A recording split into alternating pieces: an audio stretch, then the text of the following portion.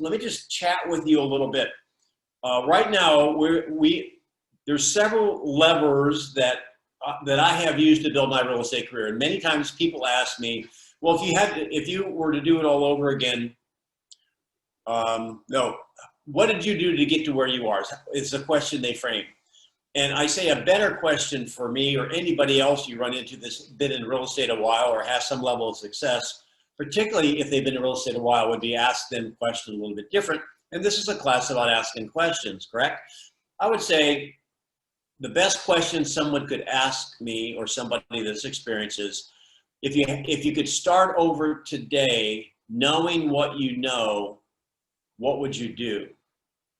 That's more important than asking me how I built my career, because the market's changed, technology has changed, and I worked in an environment of new home sales for a lot of years, and I basically worked on the skill of meeting people, establishing rapport quickly, and then maintaining the relationship post-closing.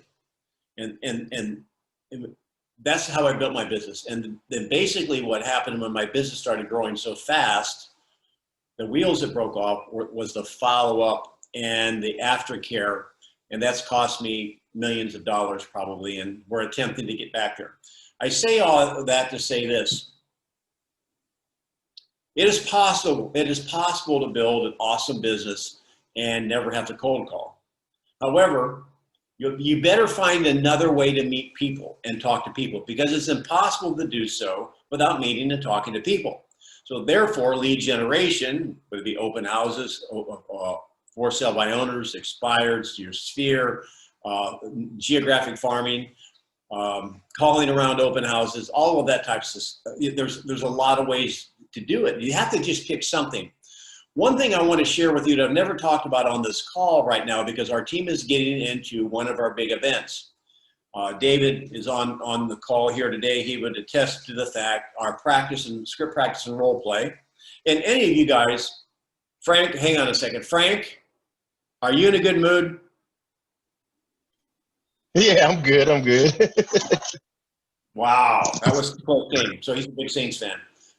Anyway, so we're now, and any of you are welcome to join if you want to join on our script practice and see what it goes like and how you could set that up for you and your team or you and somebody else in your office. We script practice from 8:30 to 9. Just email me at coachdennygrimes@gmail.com, and I'll have Sunday reach out to you and be our guest for a couple of times.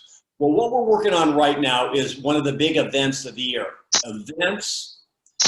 Events are a major way of building your business. Now, some people are into it, some people aren't.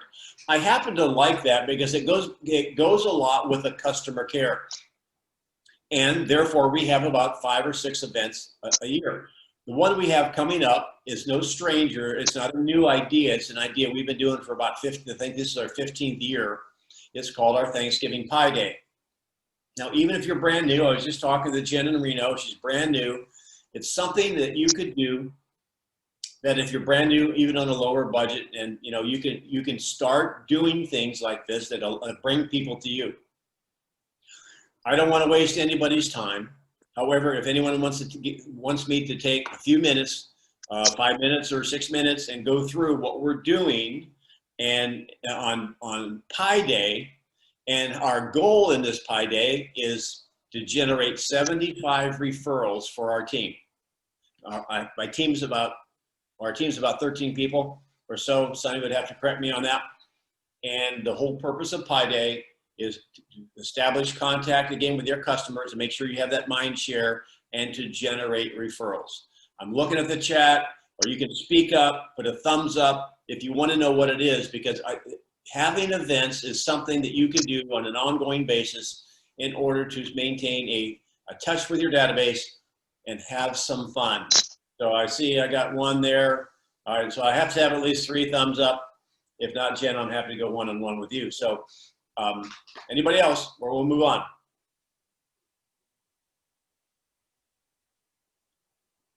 All right, so I'm gonna go ahead and share a screen here. I got 2. Any more? Mayor, anybody else? I'll tell you what our events are and how you can plan for it. Going once, going twice. We only got 2. Anita raised her hand too. All right, we got 3. All right, so let me go to this here really quick. And I'm not going to take the script time, although, and Sonny, I want you to be ready because of how we do that. Forget about the date there. I didn't change the date. Okay, so here's the event, Pi Day. Really quick, Pi Day, we're starting it now. It's all about what you do leading up until Pi Day. Now, Pi Day is what we do the last Tuesday before Thanksgiving that we give away pies. It started off small. You know, if you got a brand new business, there's some sound coming somewhere. It sounds like somebody's shuffling cards, playing blackjack. Deal me in, will you please? So, you know, Jen, you're brand new, and so you might have, maybe you bake pies. I wouldn't recommend you do it because that's not dollar productive. So you may have 5 or 6 people, or you get together with your people in your market center. Pi Day is about, we offer a free pie to anybody that wants one, apple or pumpkin. And last year it grew, we had 300, we gave out about 340 pies. And so people come to the office. Now again, the event has everything to do with building your business, maintaining relationships, and growing referrals. Last year, we didn't do as good a job as we're going to do this year. Why? Because it's my fault. I didn't set the expectation up. My wife, Kristen Cole from Kristen Cole Network, has a playbook that talks about and goes step by step how you can have the event. So already we are talking to our team. They are calling their sphere. These are not cold calls. Listen, I'm not attempting to feed all of Fort Myers and Naples. That's like 800,000 people. I don't want to buy that many pies. We go to Costco, we order them, and I don't know, about $10 a piece. There's the size of a manhole cover. I think they're 4 pounds. At least a pumpkin pie is 4 pounds. And it's amazing, you guys, what will happen because now you're coming from contribution. So our gang has already started making calls, and we worked on today what I call a WD-40 touch. And this is, again, a touch on a text is a script as well, you guys. So it's another way to touch your folks, inviting them to Pi Day. And we already had people making calls, and we're working on the script. And if you'd like to know what that is, we're happy to post the script that we're using on a Denny Grimes Mastermind Facebook page. You can go there and get it. And the response on Pi Day is amazing. Sonny, really quick, what would you have to say? You just started working this week with our agents. We've got some brand new agents on our team. What's been your observation on how they're responding and how their customers are responding real quick? So the newer agents are actually having a lot of fun with it. It's a way that they, some of them were a little apprehensive to call because they said their sphere of influence because they just felt uncomfortable asking for business. They said this has been an amazing icebreaker. And so far, the people that they've called have wanted the pie, and they have said that they would think about giving them a referral. And Holly has already gotten 2 referrals. And she's one of our brand new agents. Right. And she's brand new to the business. So we have an incentive. If they give us a referral, they're going to get a gift card. A gift card's going to be $10 or a bottle of wine. And we're hoping they take the gift card because then we can drink the leftover wine and write it off. How about that? And then we're going to have a drawing for some sort of special prize, maybe like a Yeti cooler or something like that. What is amazing here is we're making the contact now. We are setting up Q1 to be strong. We have 2 main events. Pi Day's the first one. And the other one real quick I'm going to tell you about because no one's thinking about it yet. So don't tell anybody. You realize Santa, COVID, the North Pole has been hit with COVID. And a lot of the Bass Pro Shops and the big box stores that typically have a big Christmas display and Santa display, a lot of them are opting out because of COVID. So it becomes a great opportunity. We have reserved 2 Santas for 2 particular Saturdays in December. And we're going to have a drive-through Christmas. It's COVID friendly. They're going to not leave their car. No one's sitting on anybody's lap. And they're going to be able to see Santa and get their wish list out. And we're marketing this. We expect this to be probably a lot like our Shred the Day, which is another event that we had 400 people show up, and I don't know how many tons of paper. I forget how many tons of paper, 20 tons or some crazy number thing like that. So if no one in your area is doing this and you work with a family market or even the baby boomers that have grandkids, now is the time to be thinking about what can you do that's fun and can bring people to you. It can be done COVID friendly. Now the second Saturday, what we're planning on doing, we haven't finalized yet, is have it basically go to our best customers and set up a kind of VIP type thing where they can come into our office if they feel comfortable. And Santa has already said he doesn't care if they sit on the lap. However, if parents aren't cool with that, they'll be able to sit in and chat with Santa, and they'll get candy canes, this, that, the other. So there's a series of 5 or 6 events like that that we run out of our office. I'm in a mega agent office. However, if you're in a market center, just check with your leadership. You can do it. You can run it out of your house or maybe the clubhouse or some other common area. And although we've never talked about lead generating via events, it's something that we do and really do well. So if there's any comments on that, you want any more information, you can just email me and we can have a chat, and happy to help you set up an event calendar and do some things. And we've made some mistakes. However, in the community in which I have my office, this is the #1 selling community in all of Lee County, where Fort Myers is.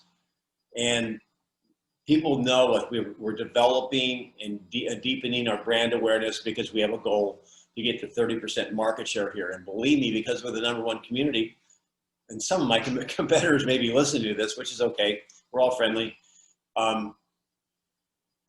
There's a lot of real estate agents that are after this business as well. So I wanted to share that with you because we're now gearing up for that. We're working on those scripts. So if you'd like the scripts, email me or put it into the chat. We'll take and put in your email in the chat. We'll make sure you get it, okay? So we'll keep moving forward. Any questions on that before we go forward? Awesome.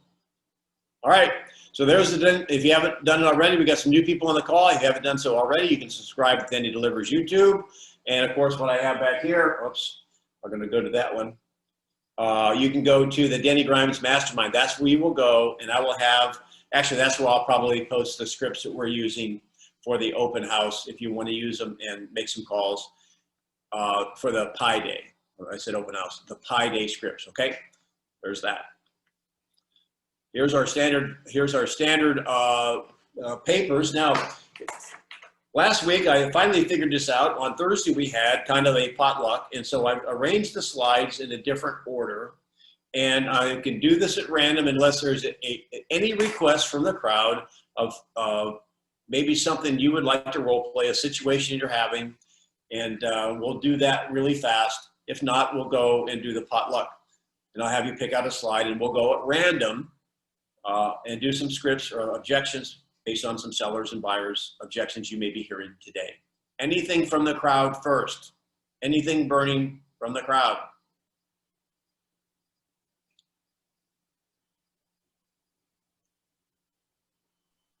Yes. Denny Grimes Mastermind on Facebook. Yes. All right. Well, then somebody give me a number between 23 and 40, please. 32. 32, and I got 38. Okay, so hang on a minute. Just give me a second.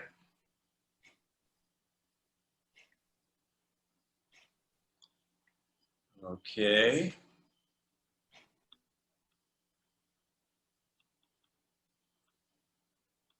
Let's go to 32.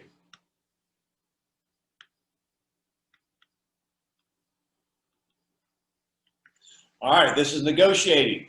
This is a negotiating script, and I will put it back on the screen here in just a second so you can see it.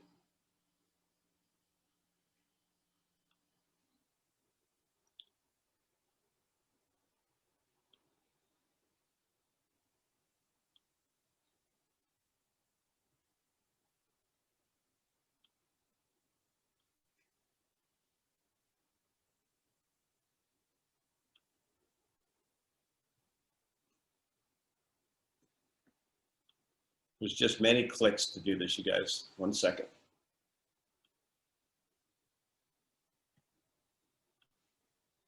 There it is. That's number 32. All right. You've had my listing for 3 days. Home was listed at $500,000. Let's just assume in our marketplace is a 6% fee. We're $25,000 apart with a buyer. This is a seller. What will you do to help make this happen? Now, we went over this about 2 or 3 weeks ago. Any agent here that's got some experience that would like to handle this following our formula of acknowledge, isolate, answer, and close. Hey, real quick, Denny, the slide, it just shows Zoom. It doesn't actually show the slide. Thank you.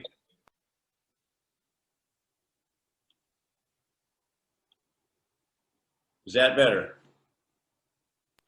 Let's ask somebody else. Maybe it's on my computer. I don't see the slide. Anybody see No, I it? have the same, Denny. I have I'm seeing Zoom too. Okay. Zoom screen. All right, well, never mind about that. I'll just say, okay, listen, house is listed for $500,000. You've had it for 3 days. You've had multiple offers, or actually had an offer come in. You're $25,000 apart, and the seller says to you, "What are you going to do to make this happen?" I've got some experienced people here on the phone who would like to take a stab at handling that via our question-based role play.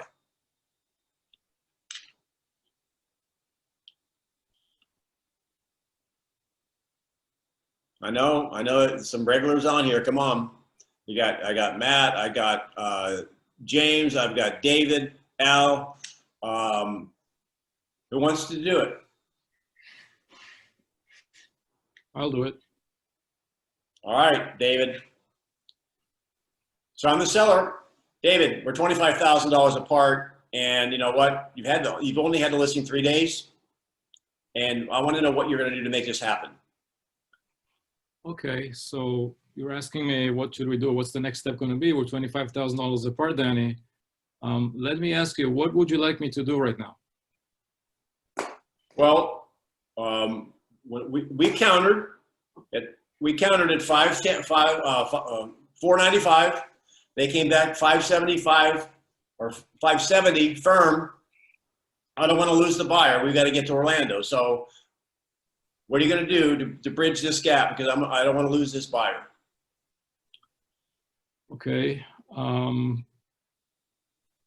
Let me ask you what I can go back to them, and tell them that we are firm at 595.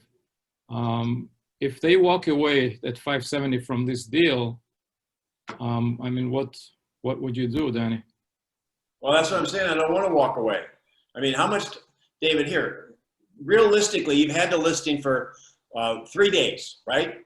And you stand to make, what is it, $15,000. And we're only $25,000 apart.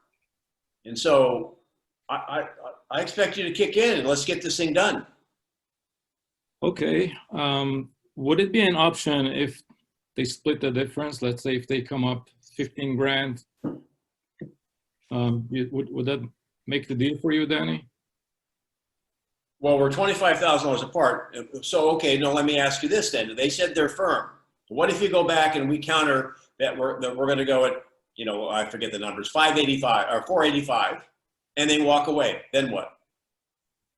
I don't believe they will walk away. If we counter and they see that we're willing to negotiate with them, there's a good chance that they'll come up on their number. Why don't we give it a shot, Danny? Can you guarantee they won't walk away? I can't guarantee they won't walk away, but I doubt they will walk away. They really want this house. Right. So here's my question, David. You're my agent. I understand. I don't want to take the chance. And you worked 3 days on this. You got $15,000. So what are you gonna do? Help me get this deal together. Help bridge the gap. I don't want to risk losing that buyer. So 1 second, you're saying you're willing to counter 485 and then we're $15,000 apart? I don't really want to counter. I'm afraid the buyer will walk. Between you and the other agent, they're getting there's $30,000 with a commission there. And I think if we narrow the gap, we can probably put this together. Okay, so what would you like me to do? I mean, how would you want me to approach this with the other agent? Well, if we're $25,000 apart, maybe you give up a point and they give up a point. That's what, 10 grand, right? Now we're only 15 apart. And then maybe me and the buyer can split it.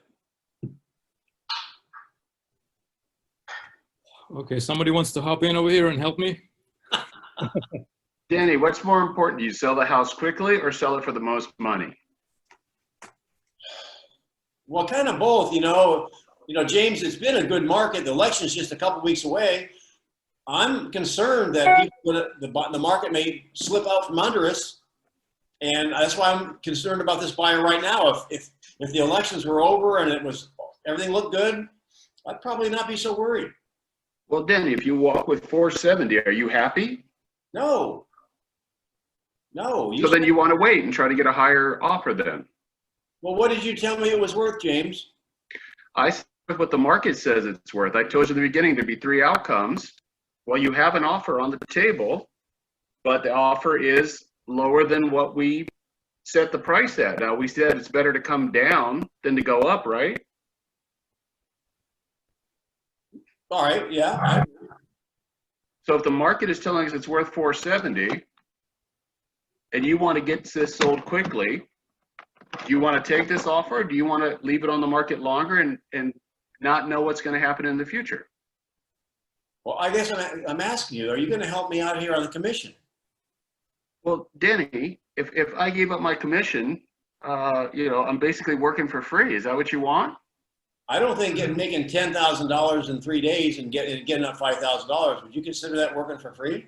Well, so Denny, if it took me a month to sell that, so it took 60 days to sell your house, is that working for you? If I do all the paperwork correctly, if I get all the inspections done on time, is that worth money to you? Well, that's why. If I get your house sold for the most money with the least problems, isn't that what you're looking for, regardless of how quickly I sell it? Well, yes, but however, I'd like to have my home sold before the election. Well, we can do that if you accept the offer 70. Are you willing to do that? Okay, now I'm going to stop. Between the two, now let's talk about this a little bit. For the newer people? I mean, you're probably looking like, I don't know if I can do that. The experienced people, and I've got a lot of experienced people on here. What were your thoughts? On that from David or from James?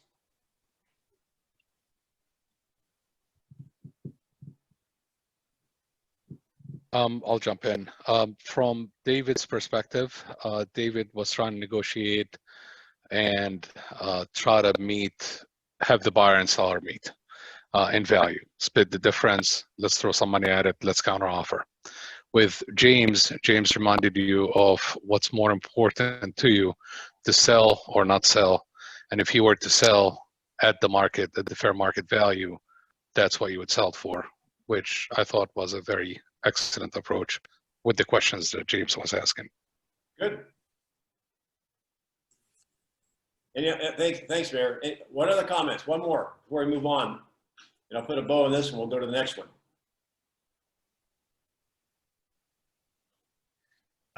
This is Matt. I don't think, so I think they both touched on some things that need to be talked about.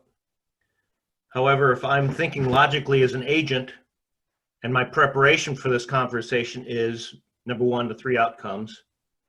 Number 2, that the agent never owns the price going in. And so the price shouldn't be the issue. If the price is what it is at 500,000 and they're coming back at 475, the seller owns that price, not me. And so that goes to the 3 outcomes. And so I did my due diligence as an agent by listing it where they want. And what the market is telling them is we priced it too high. And so I worked from that basis. Got it. Well, you guys are making me so proud because and I know there's new people on here and they're using some language you may not be totally familiar with. However, they have been religiously on these calls for the last several months. Let me give you my comments on this, and I have an aha too. So David was doing, both were doing great with questions. I attempted to trap David, and he avoided the trap, so I give him credit. But basically, let's counter. And as you know, if you don't know, when you counter a situation, anything can happen. And I know that he was saying, well, they probably won't walk away. However, if you say that and they walk away, who's the seller going to blame? It's going to blame us, right? And then what's interesting, here's my aha. Then I took over, went into the role play. And the level of questions, was it John? Was that John, you, John? Who was doing the number 2 role play? Was that John? James. James. Come on, Denny. James. Yeah. So what's interesting, and I want you guys to do this, even on this call, even when you start acting as in the role play and it's just role play, you find yourself attempting, James was attempting going back, always attacking me, and I use that in quotes, with questions that, and I always want to stay in a reasonable position, not unreasonable. He was actually boxing me in. And it's a great feeling to witness when you practice this the right way. Now you know how a seller's feeling with the level of questions. So that's the power of questions. And so he never let me go. And then I attempted to trap him by, well, what'd you say? What'd you tell me it was going to be worth? And then he didn't bite. Because if he would have given me the price, this is going back with what Matt said just a minute ago, then we would have owned the price. He said it's what the market will do. And he never said, well, I told you to price it at whatever. So I'm assuming that James probably allowed me to pick the price, which is what Matt said.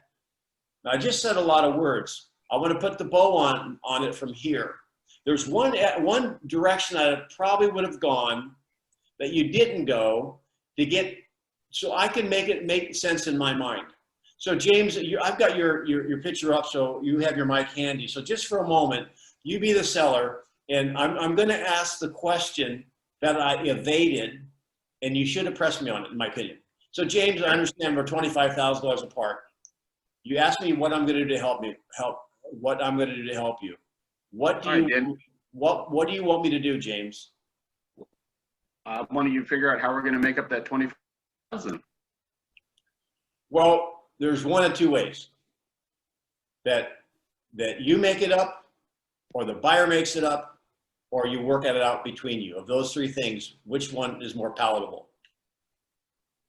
I'd like to see the buyer make it up, come up to the price we think the house should be sold at. Okay, I understand that. So if you would like to counter, what would you like to counter at? I would say, I'll do a $10,000 drop. Let's do 490. Okay. Now, understand everything else about the offer you like, and you particularly like the time frame because you wanted to be moved before the election, right? Or closed before the election, correct? Correct. The question I have for you then, are you willing to lose this buyer over $15,000? Because you're going to come down 10, the delta's 25. Are you willing to lose this buyer for $15,000? Well, you tell me. We've got an offer in 3 days. I mean, once there'll be more offers coming in right behind this. I mean, it's a good market, right? Yeah, thanks for that comment, James. I'm stepping out, though. That's a realistic comment from a seller. And understand that years of experience on this call. Yes, in general, that can be like, the Saints won the first game, then they went on a losing streak, and they finally won another one. There's no guarantee what tomorrow will bring. Remember 9/11, and who knows, this market can turn on the dime. Yes, that's possible, James, stepping back in the role. It's also possible that the next offer will be lower. Now, here's where I want you to press me on commission. Okay, so then, I'm paying you guys 6%. I mean, geez, can't we get a little give and take here? Does everybody come down a little bit to help bridge the gap? So you're willing to come down 10. Do I understand you right? Yeah, I'll come down 10, but what are you guys going to kick in? I mean, I want to try to make this deal happen, but not all out of my pocket. I understand that. So let me ask you, what are your expectations for me to do? That's the question that I wanted you to drill down on. Because in my philosophy, take away the ambiguity, take away the nebulous, and get to the specifics. Because it's good, make them say a dollar amount or a percentage, so they convert it to a dollar amount. So James, what is your expectations that I do for you? Well, let's say everybody takes a percentage off. So take one off the buyer, take one off your commission. I mean, you're still making 2% on the deal. It's a pretty good payday for 3 days work. So that would be $5,000, right? Sure. And then that would be another $5,000. I mean, let's just assume for a moment that the buyer or the buyer's agent, why would the buyer's agent do it? However, let's just assume they do. And then that's 10,000, then we've got $15,000 to make up. You said you'd take 10 of that, is that correct? Yeah, we came down to 490, and if you guys take another 10, we're basically at 480. So I mean, yeah, I would accept that. Well, the buyer's only at 475, so we're $5,000 apart. So my question is, it's going to be a counteroffer, assuming, it's a big assumption, I'm just assuming that the other buyer kicks in, which isn't likely, that I kick in, which isn't likely, and I can speak for that more emphatically. We're still $5,000 apart, which means the buyer can walk. Are you willing to lose it? Are you willing to lose this buyer over a few $1,000s? No, if we got it down to 5,000, I'd probably be able to say, okay, I'll accept the deal. That's where I wanted him. That's where I wanted him to go, guys. Now he's just come down $15,000, right? I haven't given up my commission, nor will I. So let me ask you this, James. When you go, you think it's, I'll give you a script that I use, and you should be using it in this market. When you list a home, write this down, because this could happen, and this does happen in this market with multiple offers super fast. So let's say we're at the listing table, James. James, now that we got the home on the market, and $500,000 is our asking price, correct? Correct. And just for clarity, who established that? Well, we looked at comps in the area, and we looked at what's sold in the neighborhood, and we figured that's about the right place to be. Yes, I understand. When you say the we, you're talking about you and the bird in your pocket. You came up with that number because most sales are somewhere between 450 and 470, correct? Yeah, I mean, they were a little higher than that, but okay. And there's 3 outcomes. Right. So now here's the script, guys, that I've never said, I don't think, on this call. So do I have your permission to sell your home quickly, James? Sure. I want to get moving, so yeah. Okay, well, you were concerned about the election. So here's why I asked that question. Because in the past, when I've sold a home quickly, the seller thinks one of two things. Number one, that we've underpriced it. And as we just talked about, the comps are somewhere under 475, and you're asking 500. So you're stretching the market. Is that correct? Tiny bit, yeah, but you said it's the seller's market, so. I got that. And the second reason I asked that question to sellers is because some sellers, believe it or not, when I have an offer that's right where they want it to be and it's done quickly, they ask me to discount my commission because I sold the home so fast. And I just want you to know what I told those sellers is that, well, would you rather me sell your home quickly or slowly to make you feel better? Would you rather me sell your home quickly to make you feel better? So I'm just asking you, James, do I have your permission to sell your home quickly? You do. Yeah, absolutely, especially if you give me the price we just said. Oh. Now, if you ask that question up front, and this market is one of the markets you should do that, that will almost negate them, or they ask you for a discount because you sold the home quickly. Hey, listen, didn't we talk about that? And so, Right. And so we're now at 15,000. He's down 15. We're 10 apart. Anyone want to take it and land a plane? Now we're 10 apart, and giving up commission is not an option for you or the other agent. What would you do now to land the plane? Matt, you want to finish it? Not really. Sounds like, are you willing to lose the deal over $10,000 and wait possibly weeks and maybe not get another higher offer? Okay. Then ask that in 3 questions. What's question 1? You had the right question.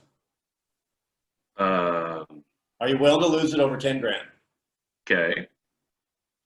Well, I mean, I don't know. After 3 days, I don't think we've really exposed it to the market.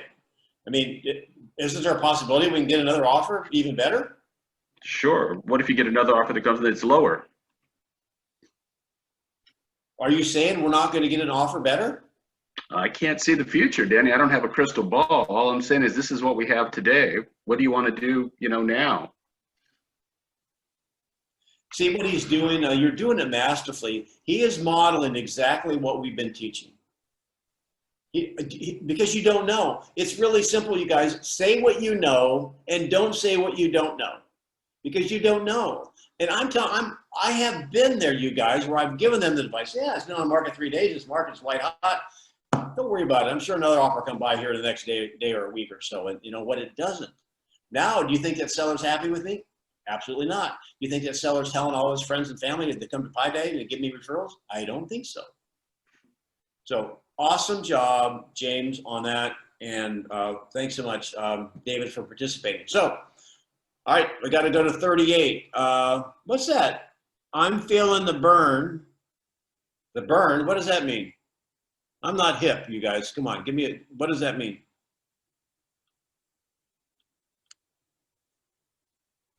DeMonte. Come on. He said the questions were piercing. Oh, okay. So, next one was 38.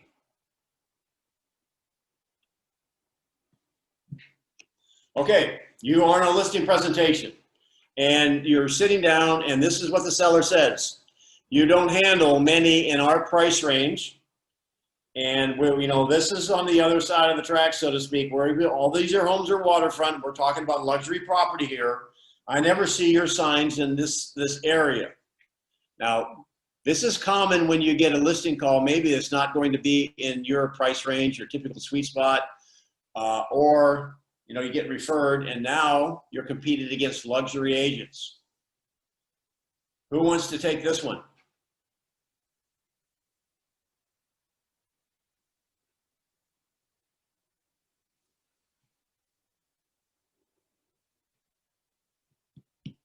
All right, you guys are napping on me, so let me ask you this.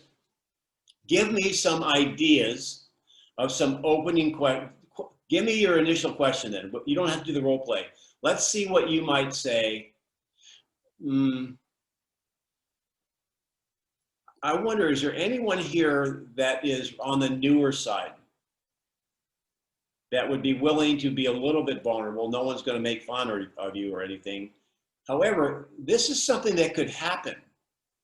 You want to, if you're licensed and you're out there, you could get the phone call today to come list a home that's, maybe a really nice home and somebody referred you and they're going to say this.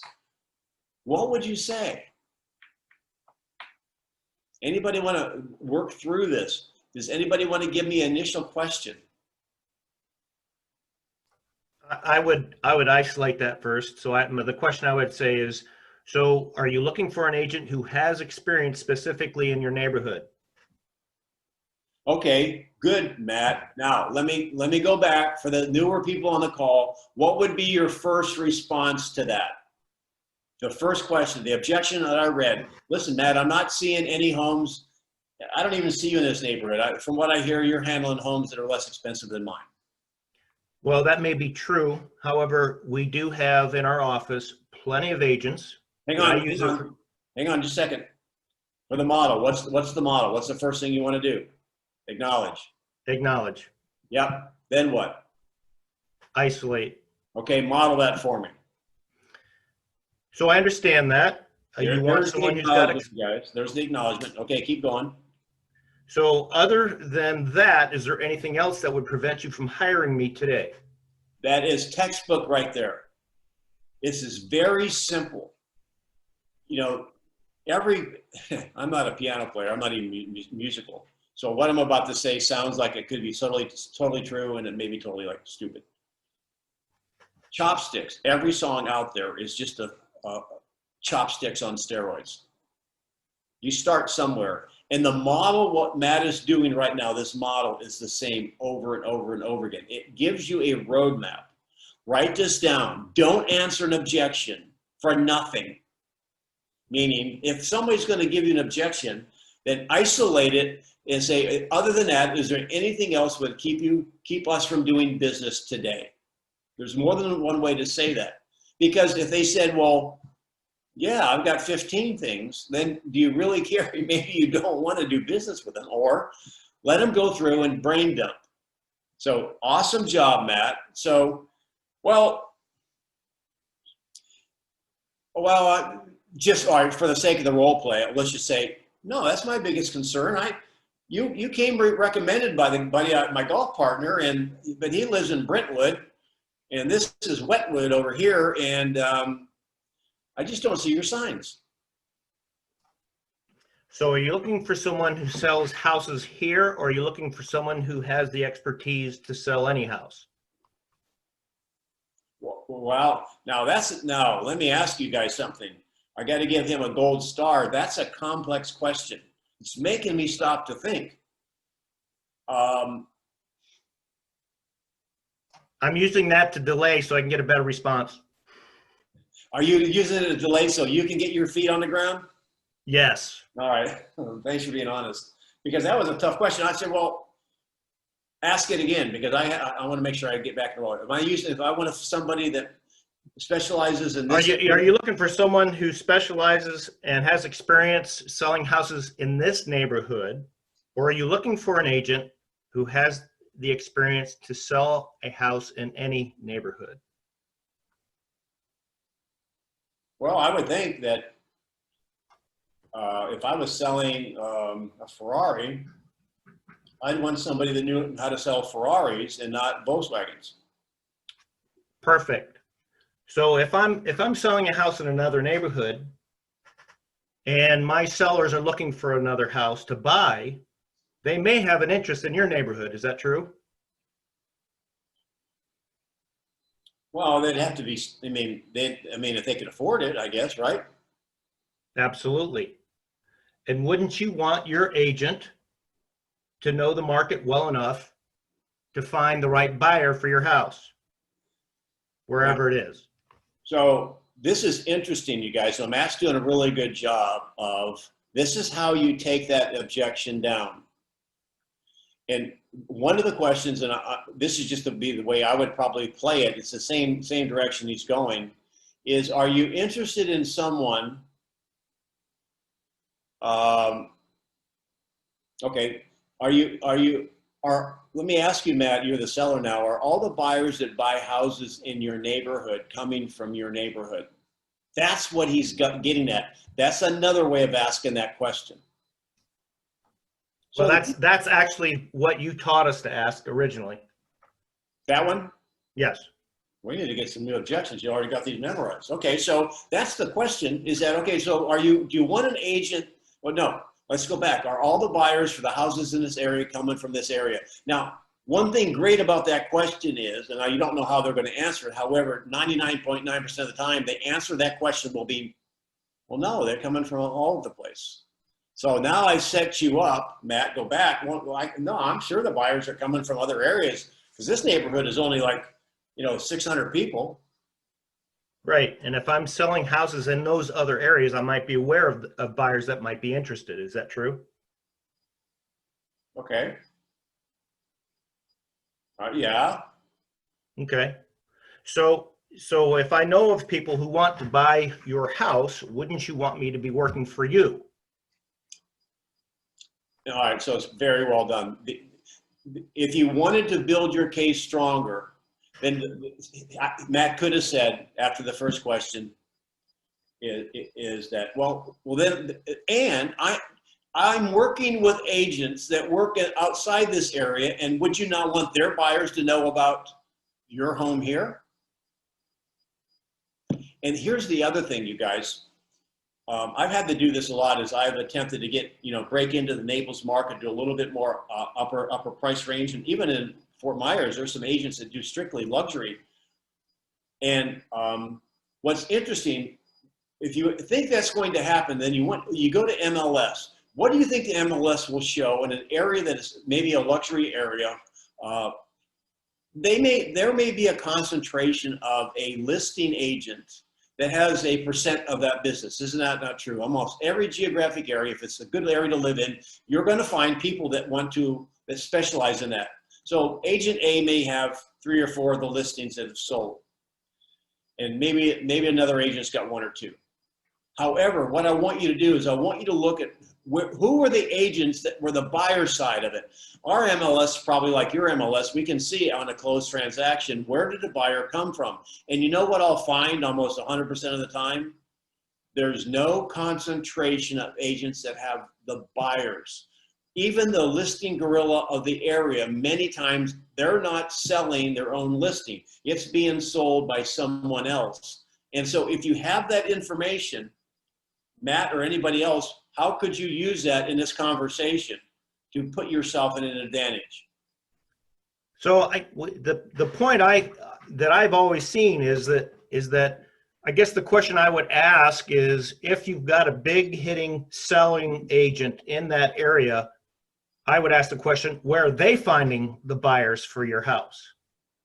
And I would answer it by saying buyers agents from all over the place. Well, okay, so if I can get down into the pepper here, I wouldn't say where are they finding. How do you think those homes are selling? It's because those agents are finding the house. Agents outside the area are finding the house 90% of the time. So my question to you, Mr. Sellers, wouldn't it be an advantage to work with an agent that knows more of the agents outside the market, because they have a higher probability of bringing a buyer to you? Does that make sense?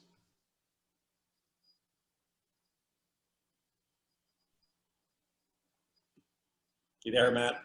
Yes. Okay, groovy. So, I'm looking here at chat. Yes, there will be a recording. Thanks for getting a call. I have to sign off. No worries, Benita. The questions were piercing. I like the dialogue. Okay, I'm feeling the burn. Okay, so that's all the dialogue. So we've got about 10 minutes here to go. Let's have let's do a round. Let's do a quick fire. Somebody give an objection, and let's have like 1 or 2 questions deep. We won't do a long role play, and we'll go on to another one. Somebody give us one you've had or you're afraid you might get. Somebody who's newer, it doesn't really matter. Frank, you're on a high right now because of Saints, so I'll give you a pass. You're probably just watching the replay of the game. Come on and talk to me. Okay, Denny, Meher, Tarazi. Objection is we want to list at 50,000 above market price. Market is hot, or in the $500,000 range. We want to list for 550. Okay. Anyone want to make my day? Because we've covered that before. Any pupils out there that know how to handle that? There'll be 1 of 3 outcomes. Well, yes. Okay, but all right. So step into the role play. Where would you go from that? So yeah, Okay, I understand. Go ahead. Sorry, James. No, go ahead. Yeah, follow up. Go ahead. So yeah, I understand. I saw the 3 outcomes. I understand what you're saying, and but the market is hot and houses are flying off the shelves, and we think that we can get $50,000 more. We added this landscaping, and we did this, and we did that, and we love the house. All right. Okay, understood. But what if the market says no to the price? Ah, look at that. You guys got that. Write that down. Whoever said I feel the burn. Yeah. What if the market says no? What a perfect line. I wonder where you heard that. Go. There. Go. If the market says no, then we'll adjust. You know, it's always easy to go down, then they'll come back up. Okay, that's true. And how long do you want to wait to see what the market says about the price? I guess not that long. Okay, when do you need to move by? We need to be out of here by before Christmas. When? I'm sorry? Right before Christmas. Ah, right before Christmas. Wow. Okay, so you understand that, you know, we can put it at any price, but if we get one of the 3 outcomes, and the first outcome is, you know, no showings and no offers, we're going to have to reposition quickly to get you out of here by December. You understand that? Now, James, I'm going to give you're an advanced student, so that was a statement. Then you just tied it down. There's a better question. Sorry. I guess we would. Thank you. All right, Okay, so, all right, awesome. So that was a great job, number one, and I don't think I'd have done anything different. Whatever the market says no. Again, my philosophy is, particularly in any really market, if they have motivation, take the listing as long as you give them the side effects. What are the side effects? The market could change. The market could slip out from under them. And then James was asking the right question. Okay, how long are you willing? The way I say it, okay, let me ask you, if you went to the doctor and he gave you a prescription, how long are you willing to take the wrong pill before you're willing to take the right pill? Same thing. Maybe I get bored with saying the same thing over and over. I'm always attempting to find different ways of saying it. Nice job. Give us another one. Rapid fire. We have time for one or two more. Come on.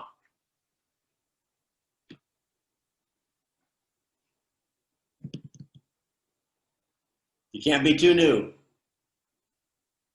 All right. Let's help the new people out here. I'm a seller. I'd like to list with you. You're really nice. How long have you been in real estate? David, you're a new agent. How long? Man, you look like you're 19.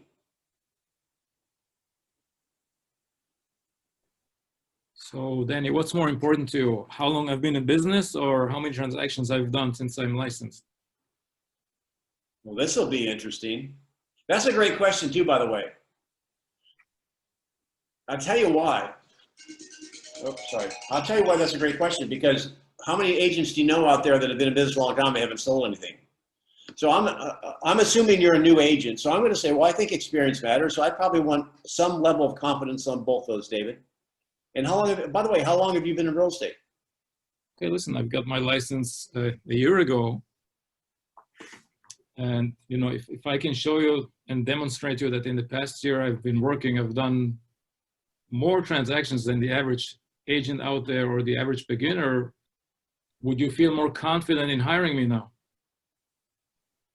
Well, okay. So, and you kind of changed that. So, all right. So then let me ask you this, David. Then if I can hire you, who's a beginner, and I know everyone has to start. And so I'm stepping out of role to tell you, I have a heart, and many people you talk to, particularly if you're younger and you're dealing with a baby boomer, you might remind them of their grandkids or their kids. However, just shoot straight with me, David. Why should I hire you, a rookie, basically, versus an experienced agent? I mean, Martha basically has a team here, and they do most of the homes in this area. Why don't I just work with them? Well, listen, I think maybe because I'm so new in the business, that should be a reason for you to hire me. Can I explain? Sure. Who do you think is going to work with a lot more fire and excitement to get your house sold? Somebody who just started out and is building up his business and, you know, wants to do really well, or somebody who's already years in the business, has a big team of 100 people? Who do you think is going to work with so much more passion and activity to get your house sold? Well, that's a good point. Yes, I'm listening. I'm still not convinced yet. What else you got up your sleeve, David? Come on, you better go more than one deep. Why should I use a 20-year-old?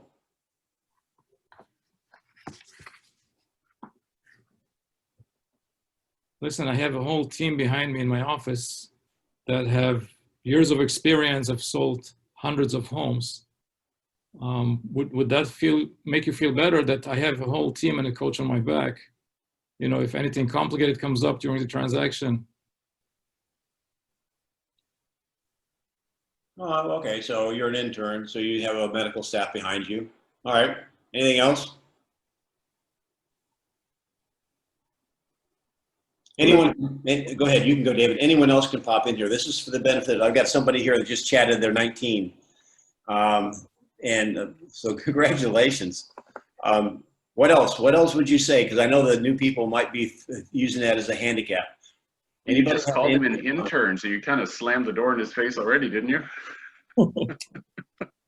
Well, I mean, everybody has to get their comeuppance, right? Well, Danny, what's the most important thing that you're looking at an agent to hire right now?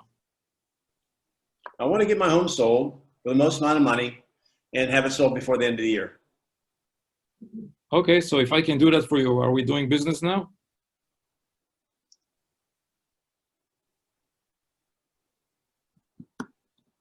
I can convince you now that I can get your home sold in a reasonable amount of time for top dollar, are we going to do business together? Why should I take the risk? All right, so if I want to give a kid a chance, David, what are you going to give me? What would it take for me to get your business right now and prove you that I can get the job done in a reasonable amount of time and for top dollar, Danny? Okay, I want to guarantee that if I'm not happy, I can rip up. If I'm not happy, I can rip up the contract. Okay, so let me understand correctly. If you are comfortable that you're not tied in for 6 months and you can rip up the contract, is that the only reason holding you back from doing business with you right now? Now, what David just did is a sign of someone who's been working on this craft a while. I wanted to find out if he would go to the model. The model is acknowledge, isolate. And if he would have said, okay, I'll do that, what would be the probability there could be something else that the seller has up their sleeve? Probably pretty strong, right?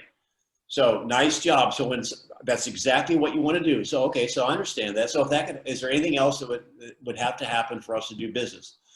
Yeah, well, I want a 1 week listing, and I want you to give me a break on the commission. Okay, so you want to feel comfortable, I hear, that you could fire me after a week, and the commission is important to you. Is there anything else that would hold you back to do business with me now, Danny? No, there's the isolation, guys. Now he's gotten to the center of the Tootsie Roll Pop. So Danny, out of the two concerns you have over here, wanting to be able to fire me in a week or getting a good commission, what's the most important to you out of the two?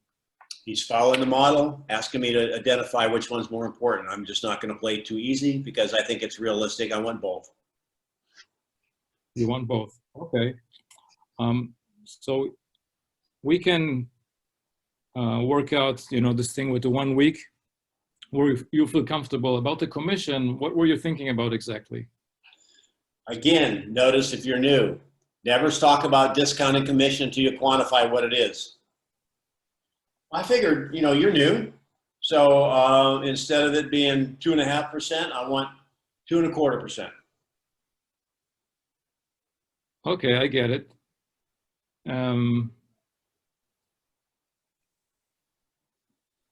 So 0.25%, that would make it for you?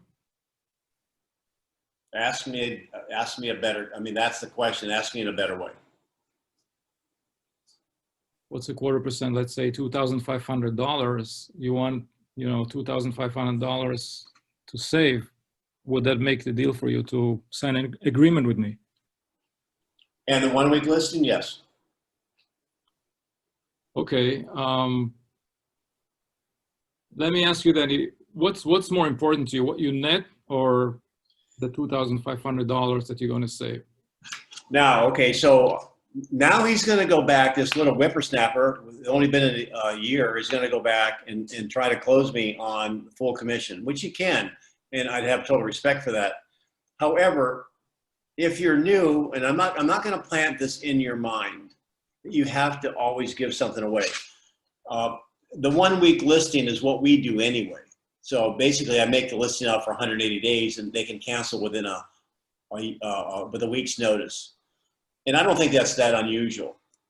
On the commission, yes, you could stand up and use that question, what you net, would you want somebody willing to negotiate? Let's see you get down to your brass tacks. Now, this is what Gary Keller says, and we're going to close on this because it's time to go, is that many times when we want to penetrate one market and go to the other, we may have to buy in a little bit.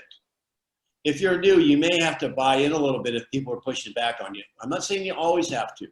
Just be willing to make an investment. For example, just reversing that, I might say, okay, a 1/4 point. So, and David asked a closing question. If I can make that happen for you, David, are we doing business today? He'll say yes. Okay, then, David, I've got one final question for you. Let's say that I do such a great job that you actually think I did a veteran's job at the end of the transaction when we're getting ready for closing.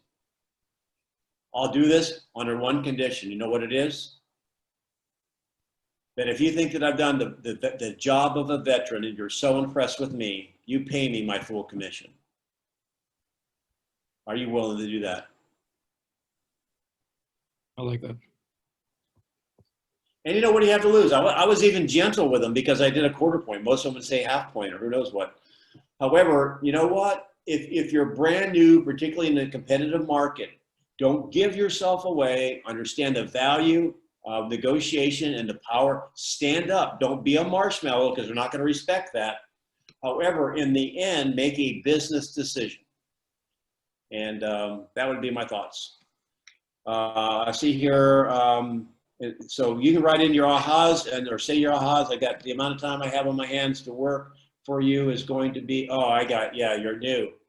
Yeah, I have time for you, someone working with 7 listings. Yep, that's one of your leverages if you're brand new. You've got time, you've got that eager beaver attitude, and you're building a reputation and not resting on one. Oh, that was a beautiful line.